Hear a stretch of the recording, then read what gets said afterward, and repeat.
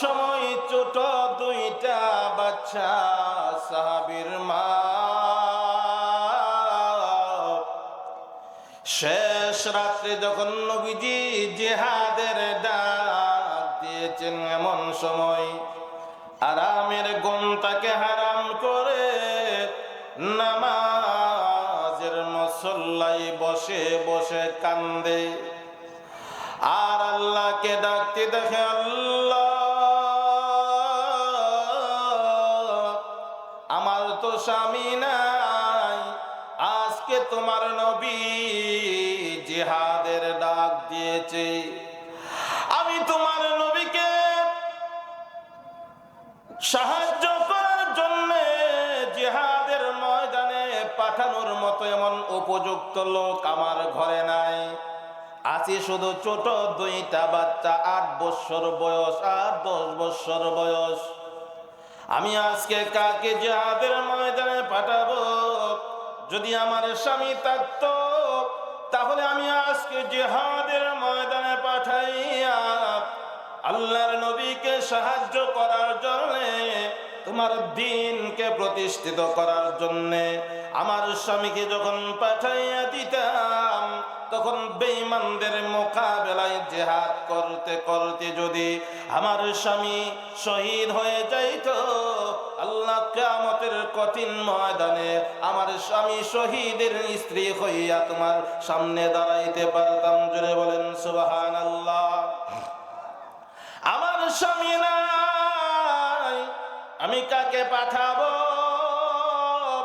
এই কথাগুলি যখন এই মেয়েটা বলতেছে আর আল্লাহর দরবারে কাঁদতেছে, এমন সময় ছোট দুইটা বাচ্চার ঘুম ভেঙে গিয়েছে। এমনি বাচ্চাগুলি মায়েরই কান্নার আওয়াজটা শোনার সাথে সাথে মুসলমান আর কোনো শব্দ করে না, নীরব নিস্তব্ধ হইয়া মায়ের কান্না শুধু শুনতে থাকে। এইভাবে শুনতে শুনতে হঠাৎ করে ছোট বাচ্চাটা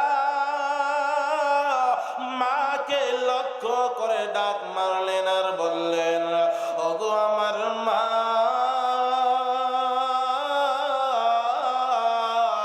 না না আপনি আর কাঁদতে হবে না, আপনার কান্নাগুলি এতক্ষণ পর্যন্ত আমরা দুই ভাই শুনতেছিলাম। কিয়ামতের কঠিন ময়দানে আপনি আল্লাহর সামনে যদিও শহীদের স্ত্রী হইয়া দাঁড়াইতে পারবেন না, আমরা এই মুহূর্তে আপনার সঙ্গে ওয়াদা দিয়ে দিলাম, ওই কিয়ামতের কঠিন ময়দানে যেন আল্লাহর দরবারে শহীদের মা হইয়া দাঁড়াইতে পারেন। জোরে বলেন সুবহানাল্লাহ।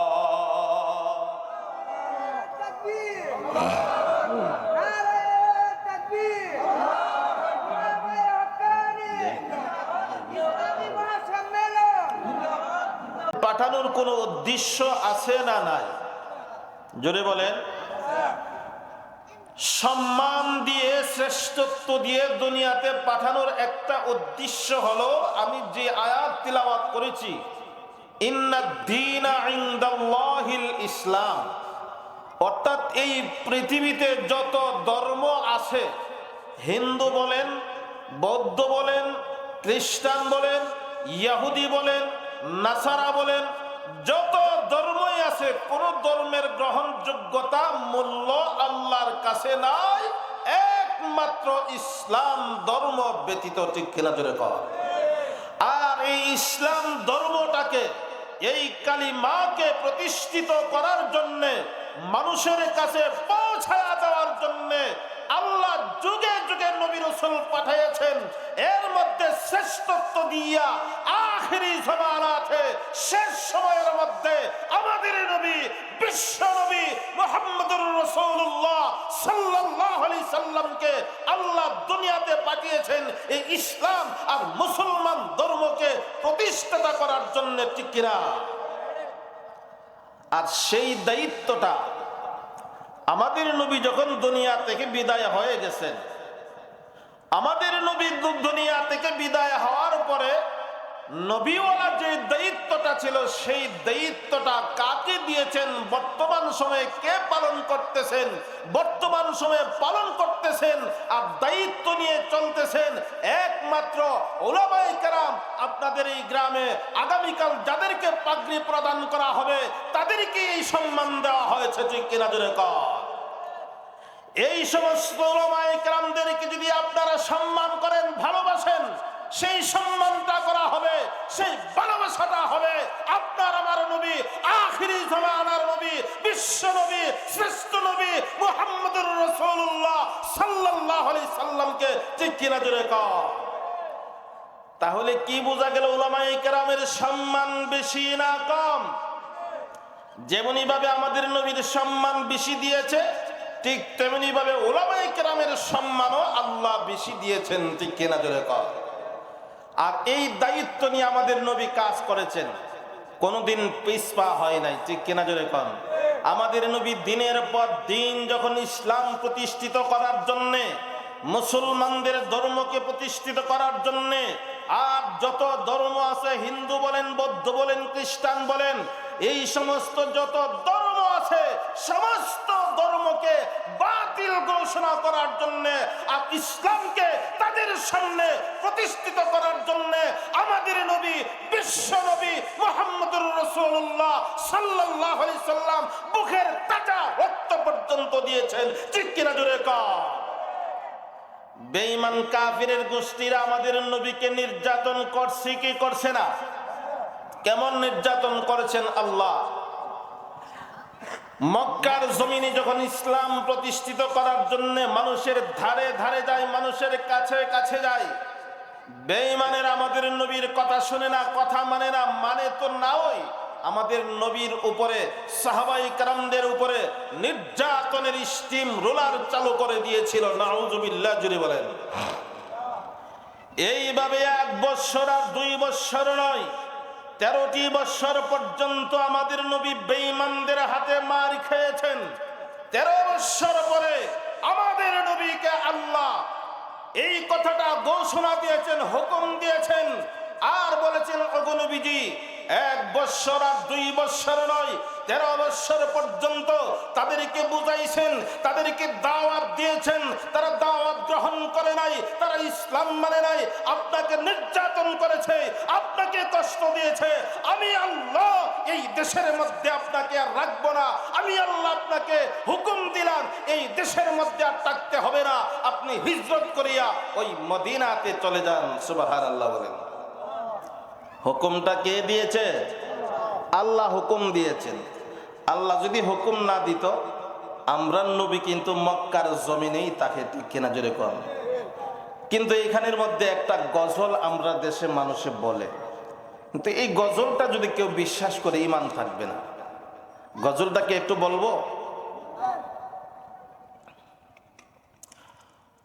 মক্কাবাসী কাফের গণের জ্বালা যন্ত্রণা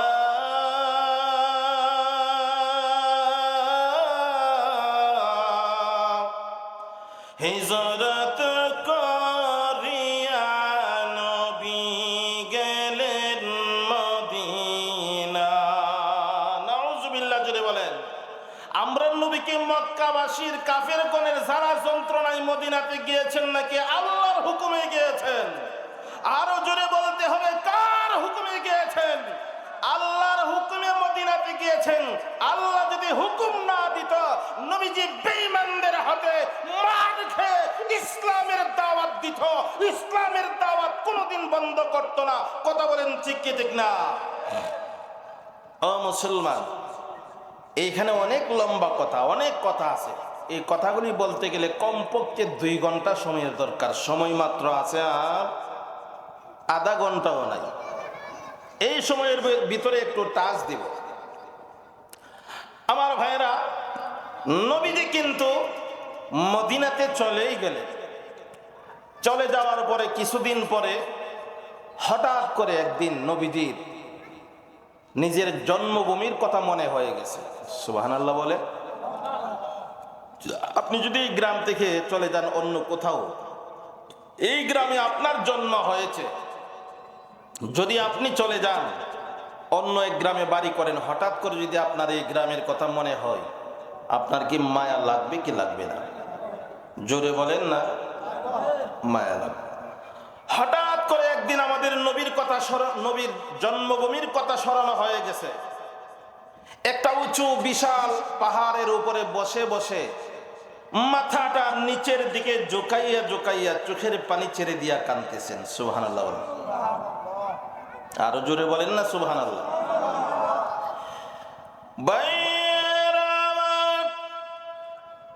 আল্লাহর নবী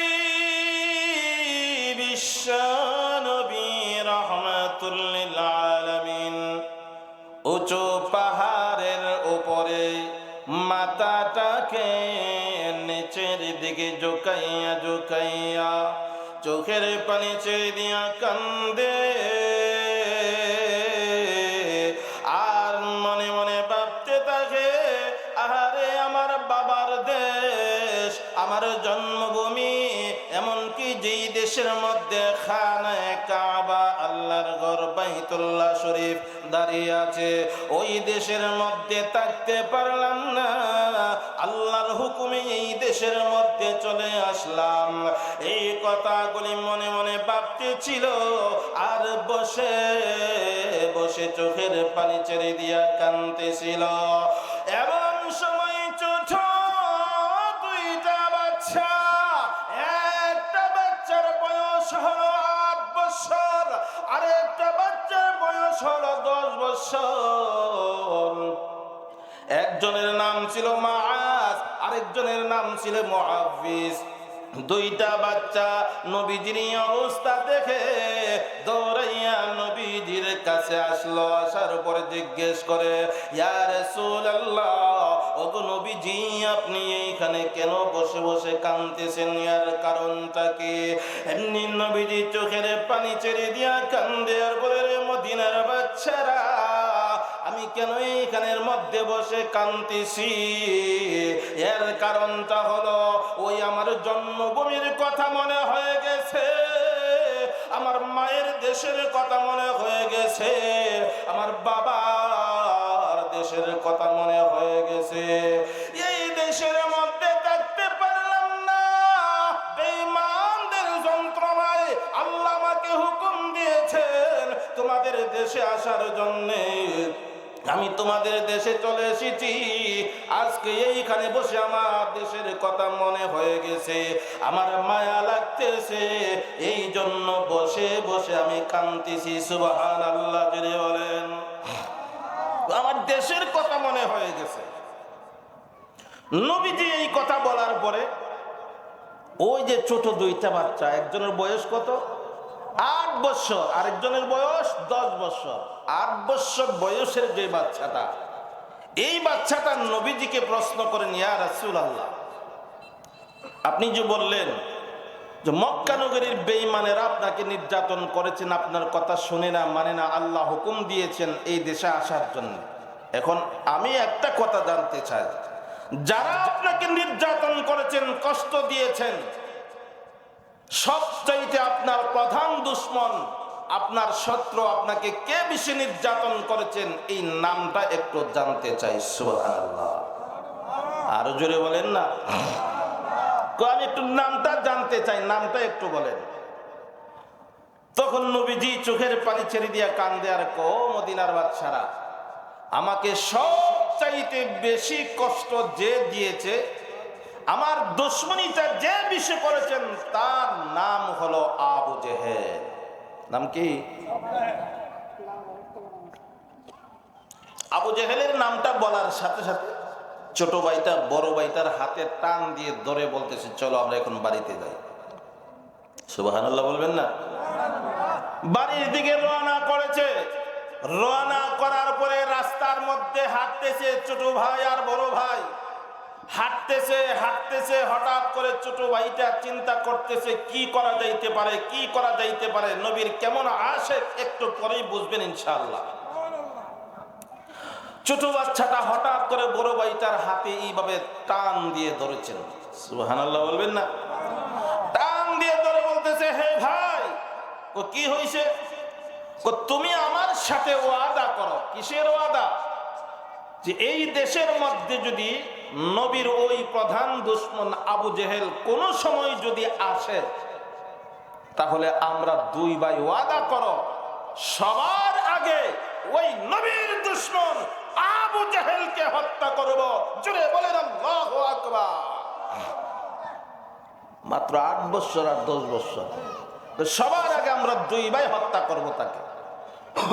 ও মুসলমান, এই কথা বলে ছোট দুইটা বাচ্চা বাড়িতে চলে যায়। যাওয়ার পরে দিন যায় রাত্র যায়, এইভাবে যাইতে যাইতে হঠাৎ করে একদিন নবীজি বদরের যুদ্ধের ডাক দিয়েছেন। সুবহানাল্লাহ, জোরে বলেন।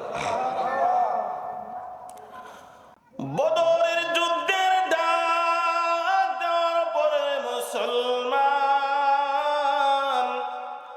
এমন সময় ছোট দুইটা বাচ্চা সাহাবীর মা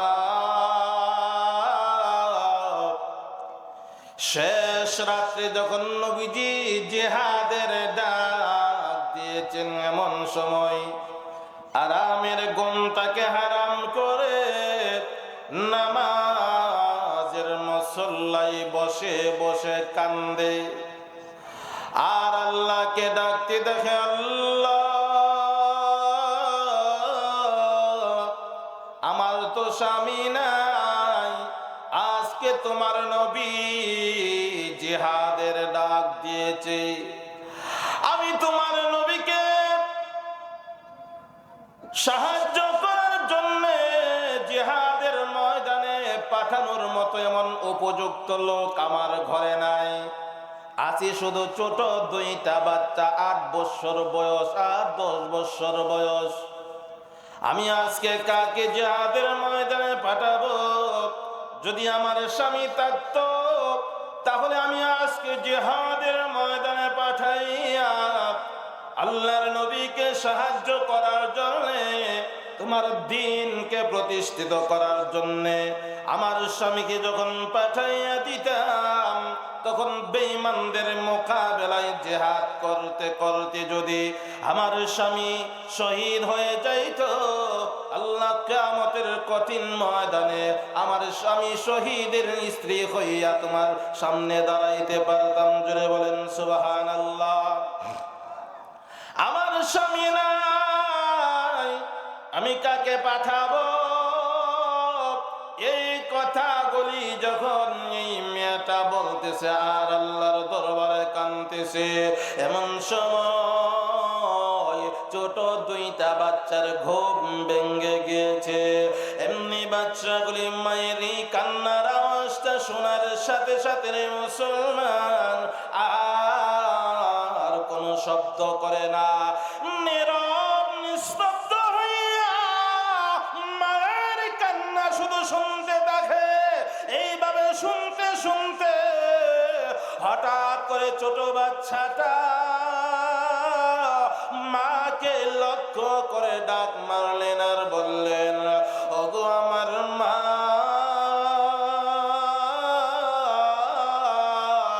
না না আপনি আর কাঁদতে হবে না, আপনার কান্নাগুলি এতক্ষণ পর্যন্ত আমরা দুই ভাই শুনতেছিলাম। কিয়ামতের কঠিন ময়দানে আপনি আল্লাহর সামনে যদিও শহীদের স্ত্রী হইয়া দাঁড়াইতে পারবেন না, আমরা এই মুহূর্তে আপনার সঙ্গে ওয়াদা দিয়ে দিলাম, ওই কিয়ামতের কঠিন ময়দানে যেন আল্লাহর দরবারে শহীদের মা হইয়া দাঁড়াইতে পারেন। জোরে বলেন সুবহানাল্লাহ।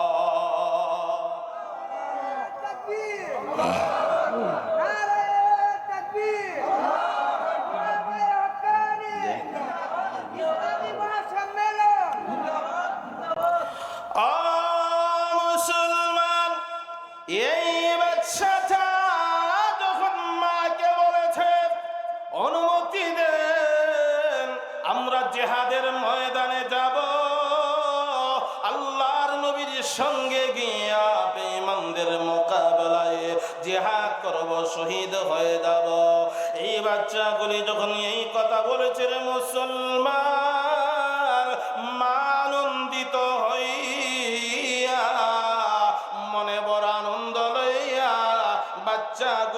ডেকে ডেকে বলতেছে, আসো আমার কাছে আসো। এমনি বাচ্চাগুলির বুকের সঙ্গে জড়াইয়া মা তাদের কপালে চুম্বন করে জিহাদের পোশাক বাচ্চাগুলির পরিধান করাইয়া মায়ের নিজের হাতে জিহাদের তলোয়ার উঠাইয়া জিহাদের ডাল উঠাইয়া সন্তানগুলির জীবনের শেষবারের মতো এই মা বিদায় যখন দিয়ে দিছে, এমনি বাচ্চাগুলি দৌড়াইয়া ওই মসজিদে নববীর সামনে হাজির হয়ে গেছে। মসজিদে নববীর সামনে হাজির হওয়ার পরে দেখে সাহাবায়ে কেরাম মসজিদের সামনে ভরপুর হয়ে গেছে জিহাদের ময়দানে যাওয়ার জন্য। এমন সময় নবীজি মসজিদে নববী থেকে বের হয়েছে। মুসলমান বের হওয়ার পরে তাকাইয়া দেখে নবীর যত সাহাবায়ে কেরাম ছিল সবাই হাজির হয়ে গেছে। এমনকি ছোট বাচ্চা থেকে নিয়ে বৃদ্ধ সাহাবী পর্যন্ত, অন্ধ সাহাবী পর্যন্ত, লেংরা লুলা পর্যন্ত হাজির হয়ে গেছে জিহাদের ময়দানে যাওয়ার জন্য। জোরে বলেন আল্লাহু আকবার। এবার চিন্তা করে দেখুন কেমন আশিকে রাসূল নবী। এবার চিন্তা করে দেখে যেইভাবে ছোট বাচ্চারা হাজির হয়েছে জিহাদের ময়দানে যাওয়ার জন্য, ছোট বাচ্চাগুলি নিয়ে যাওয়া সম্ভব হবে না। এই বাচ্চাগুলি নিয়ে কি জিহাদ করব?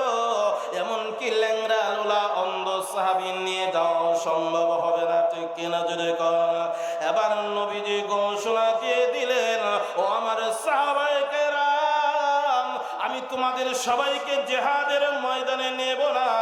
তোমরা একটা কাজ করো, তোমরা সবাই সারিবদ্ধভাবে দাঁড়িয়ে যাও। জোরে বলেন আল্লাহু আকবার।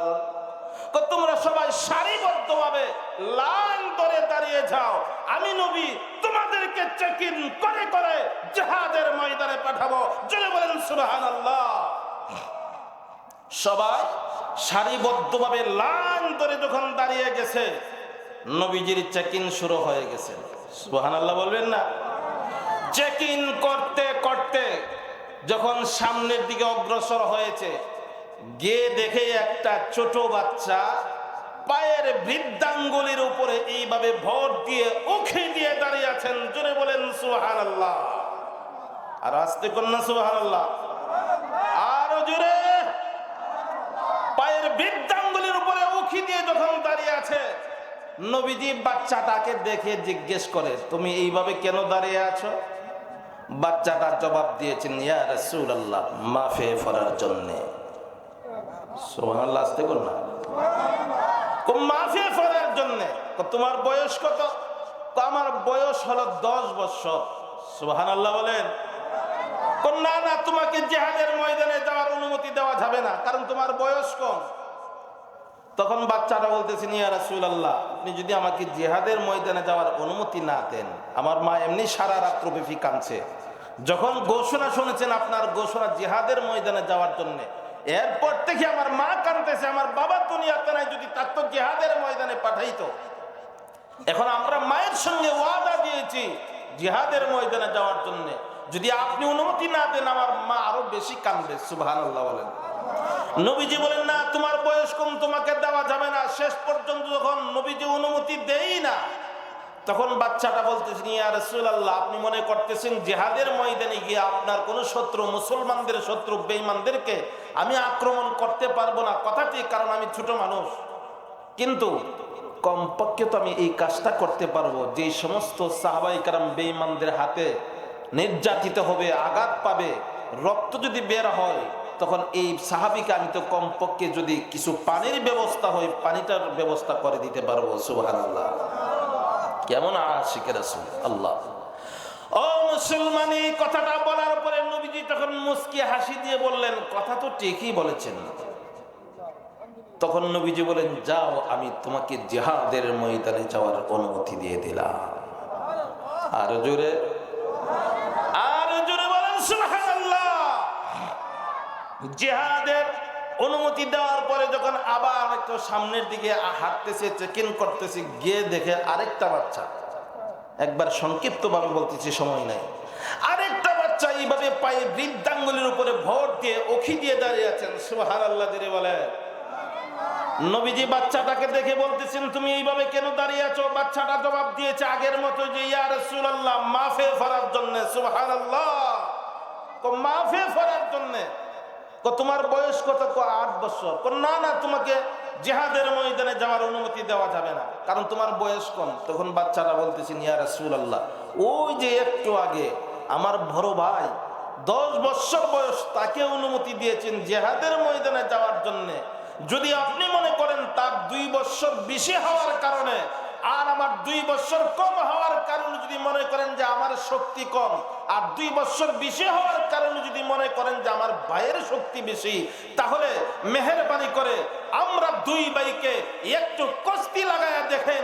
যদি আমি আমার বড় ভাইকে হারাইতে পারি, আমাকে জিহাদের ময়দানে যাওয়ার অনুমতি দিতে হবে। জোরে বলেন আল্লাহু আকবার। আরো জোরে। যদি আমার বড় ভাইকে হারাইতে পারি, তাহলে আমাকে অনুমতি দিবেন জিহাদের ময়দানে যাওয়া। সুবহানাল্লাহ জোরে বলেন। ও মুসলমান, তখন নবীজি মুস্কি মুস্কি হাসতেছে আর বলতেছে, ও আমার সাহাবীরা, দেখো আমি নবীর জন্য কত পাগল, আমি নবীর জন্য কত আশিক, কত দেওয়ানা। আল্লাহু আকবার জোরে বলেন। নবীজি তখন মুস্কি মুস্কি হাসতেছে আর বলতেছে, যাও তোমরা 2 ভাইকে জিহাদের ময়দানে যাওয়ার জন্য কুস্তি লড়াইয়ের অনুমতি দিয়ে দিলাম। সুবহানাল্লাহ জোরে জোরে বলে। এখন কুস্তি লড়ার জন্য অনুমতি দিয়েছে, দেওয়ার উপরে 2 ভাই এখন প্রস্তুতি নিয়েছে। 2 ভাই অনেক খুশি। ছোট ভাইটা এমন সময় বড় ভাইটার কানে কানে আস্তে করে কন্টাক্ট করে ফেলছেন। সুবহানাল্লাহ বলেন। ছোট ভাইটা বড় ভাইয়ের কানের কাছে মুখটা নিয়ে ভাই কি হয়েছে?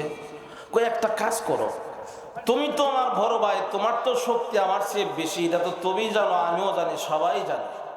তুমি যদি আমার শক্ত কইরা ধরো, আমি কিন্তু ইহানই শেষ, ঠিক না? ইহানই শেষ। তুমি একটা কাজ করবা, আস্তে কইরা ধরবা, আর আমি তোমাকে এমন ভাবে একটা ধাক্কা দিব, তুমি হস দিবা, আর তুমি আমার নিচে পড়বা, তোমাকে আমি জাপ দিয়ে ধরবো। সুবহানাল্লাহ বলেন। 2 ভাইয়ের কন্টাক্ট কিন্তু হয়ে গেছে। যখন কুস্তি শুরু হয়ে গেছে, কুস্তি করতেছে করতেছে, বড় ভাইটা আস্তে করে একটু হস দিছে, ছোট ভাইটা এমন একটা ধাক্কা দিয়েছে, ধাক্কা দিয়ে মাটিতে ফেলে দিয়েছে। বড় ভাইটার উপরে ছোট ভাইটা বসেছেন। জোরে বলেন সুবহানাল্লাহ। নবীজি বলতেছেন, যাও, আমি তোমাকে জিহাদের ময়দানে যাওয়ার অনুমতি দিয়ে দিলাম। জোরে বলেন সুবহানাল্লাহ। এবার জিহাদের ময়দানে যাওয়ার জন্য অনুমতি পাইয়া ছোট 2টা ভাই জিহাদের ময়দানে, সমস্ত সাহাবায়ে কেরাম জিহাদের ময়দানে ঝাঁপিয়ে পড়লেন।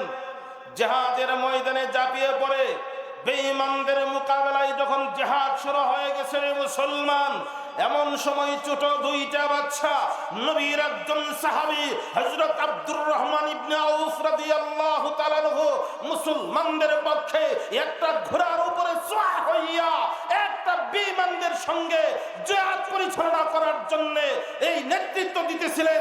এমন সময় ছোট 2টা বাচ্চা ওই সাহাবীর পিছনে গিয়া দাঁড়াইয়া বলতেছেন, ও চাচা। তখন সাহাবী পিছনের দিকে তাকায় দেখে মাত্র ছোট 2টা বাচ্চা। সুবহানাল্লাহ। আব্দুর রহমান ইবনে আউফ রাদিয়াল্লাহু তাআলা আনহু বলতেছেন, তোমরা ছোট 2 জনে এখানে কেন আসলা? তখন বাচ্চাগুলি বলতেছেন, চাচা, এখানে এসেছি, আবু জেহেল কি আপনি চিনেন?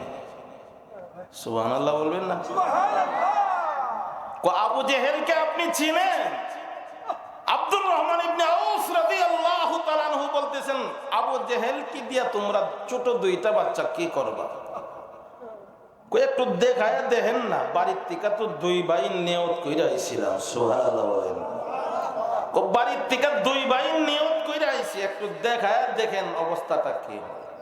এমনই নবীজির সাহাবী আব্দুর রহমান ইবনে আউফ রাদিয়াল্লাহু তাআলা আনহু সামনের দিকে তাকায় দেখে বেঈমানদের পক্ষে একটা ঘোড়ার উপরে সওয়ার হইয়া জিহাদ পরিচালনা করে আর বড় বড় হুঙ্কার মারতেছে মুসলমানদের বিরুদ্ধে, কাফিরদের পক্ষে। এমন সময় আব্দুর রহমান ইবনে আউফ রাদিয়াল্লাহু তাআলা আনহু এইভাবে শাহাদাত আঙ্গুলি দিয়া, এইভাবে গুথা দিয়া যখন দেখায়া দিয়েছে, আঙ্গুলটা উপর থেকে নিচে নামার আগে আগে দুইটা বাদশা বাস পাখির মতো এক দৌড় দিয়া বেঈমান আবু জেহেলের সামনে হাজির হয়ে গেছেন। জোরে বলেন আল্লাহু আকবার।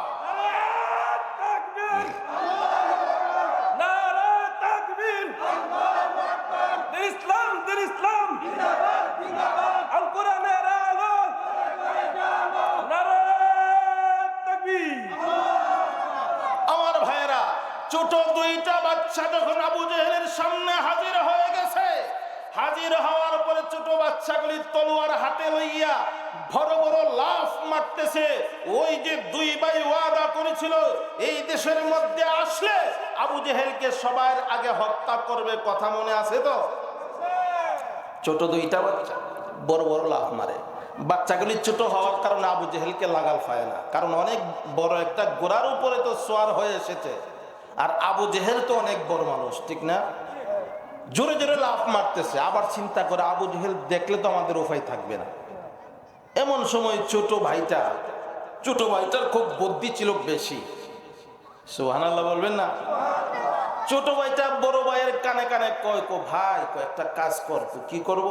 যদি এইভাবে যদি লাফালাফি করতে থাকি, হয়তো আবু জেহেল দেখবো, আর না হলে তার দলের অন্যরা দেখবো, হ্যাঁ আয়া কিন্তু আমরা শেষ করে দিব। তাড়াতাড়ি করতে বসে এটাই করি। কি করব? একটা কাজ করো, আবু জেহেলকে তো আমরা তো লাগাল পাইতেছি না, যে ঘোড়ার ঠ্যাং গলি কাটতে দাও। সুবহানাল্লাহ জুড়ে বলেন, আর জুড়ে বলেন না?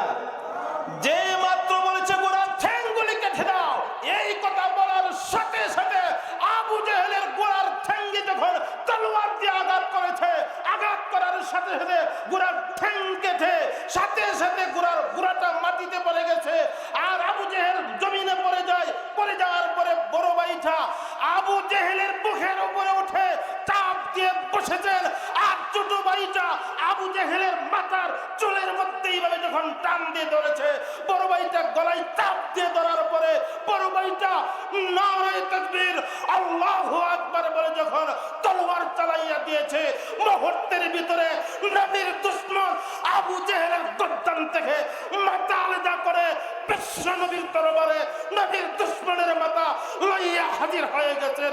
জোরে বলেন আল্লাহু আকবার। নারায়ে তাকবীর। দ্বীন ইসলাম, দ্বীন ইসলাম, আল কোরআনের আলো, আল হাদিসের আলো, আলেম উলামা যেখানে আমরা আছি সেখানে নারায়ে তাকবীর, আল্লাহু আকবার। আমার ভাইয়েরা, সময় শেষ, আজান হয়ে যাবে। এই ছিল নবীর আশিকে রাসূল, মাত্র ছোট বাচ্চা। আর আমরা তো নবীর আশিকের পরিচয় দেই ঠিক, যখন কোন জিহাদ শুরু হয়ে যাবে তখন বাড়িতে মা অথবা স্ত্রী পাঞ্জাবির কোনা এইভাবে